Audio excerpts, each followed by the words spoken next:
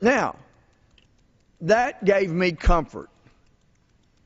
The judge, the Foreign Intelligence Surveillance Court judge, who is a judge nominated by the United States President and confirmed by the United States Senate, thoroughly investigated by the FBI, they're the only people, when they're assigned to the FISA court, that could issue an order like this. And the law says that their order has to be with sufficient particularity. And we know from the law under the Constitution that if you want to go after specific private information about people, you have to have a warrant.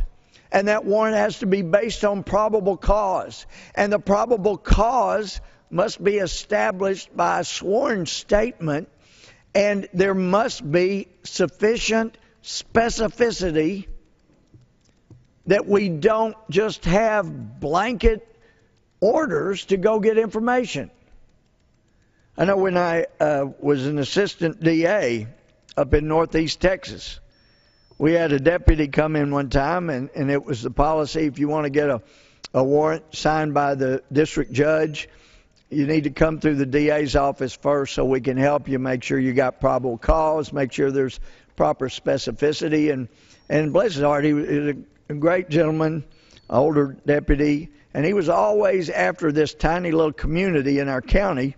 He said, I know they're smoking dope out there. I just know it. I've sat out there and surveilled their house, and I haven't seen them with dope, but I know they've got it. So he came in one day, and he said, I've got them. I get a warrant now. Well, what do you got, deputy?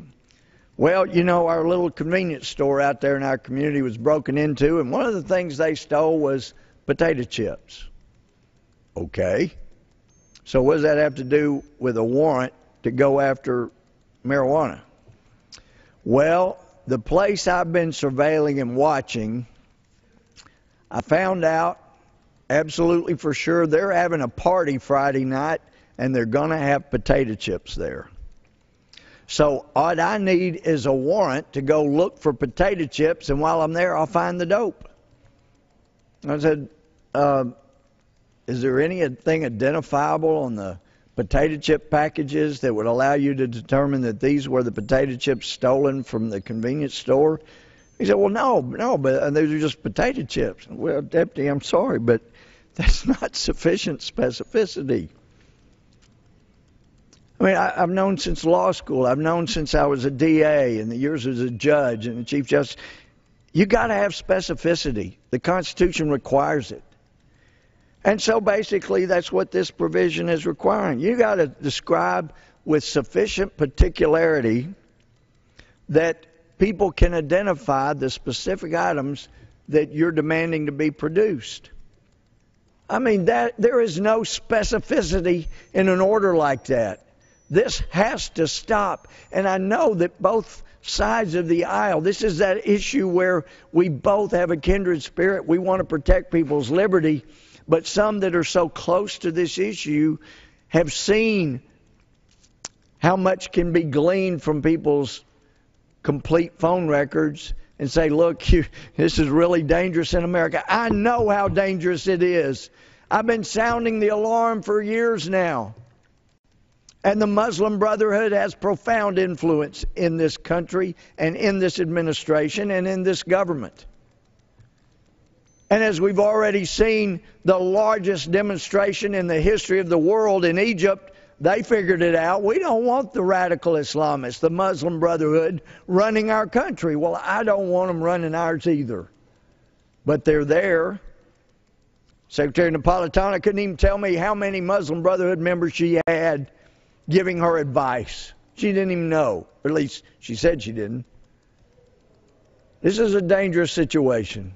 We are in danger. There are people who want to take our liberty and destroy our country, but that's no reason for us to voluntarily give up all our liberty, give up all our privacy in the hope that maybe we can stop others from taking it from us. When you give up the liberty, You've given it up. We're supposed to have the government protecting us from these kind of intrusions, not demanding all the most private aspects of our life. I thought I was being rather cute when I told my colleagues across the aisle who were very concerned that the government might get more than just information about contacts with foreign terrorists. Because that's what we were told. Look, the only way we gather information about who you're calling, who's calling you, is if you make a call to a known foreign terrorist, or you get a call from a known foreign terrorist, or you make a call to a member of a known terrorist organization, or you get a call from a known member of a known terrorist organization. Well, that comforted me. So I told my friends publicly, look, you know, if you're worried about having the government gather information on who you're calling, who's calling you, then when you call your foreign terrorist friends, use somebody else's phone. And it was amusing at the time.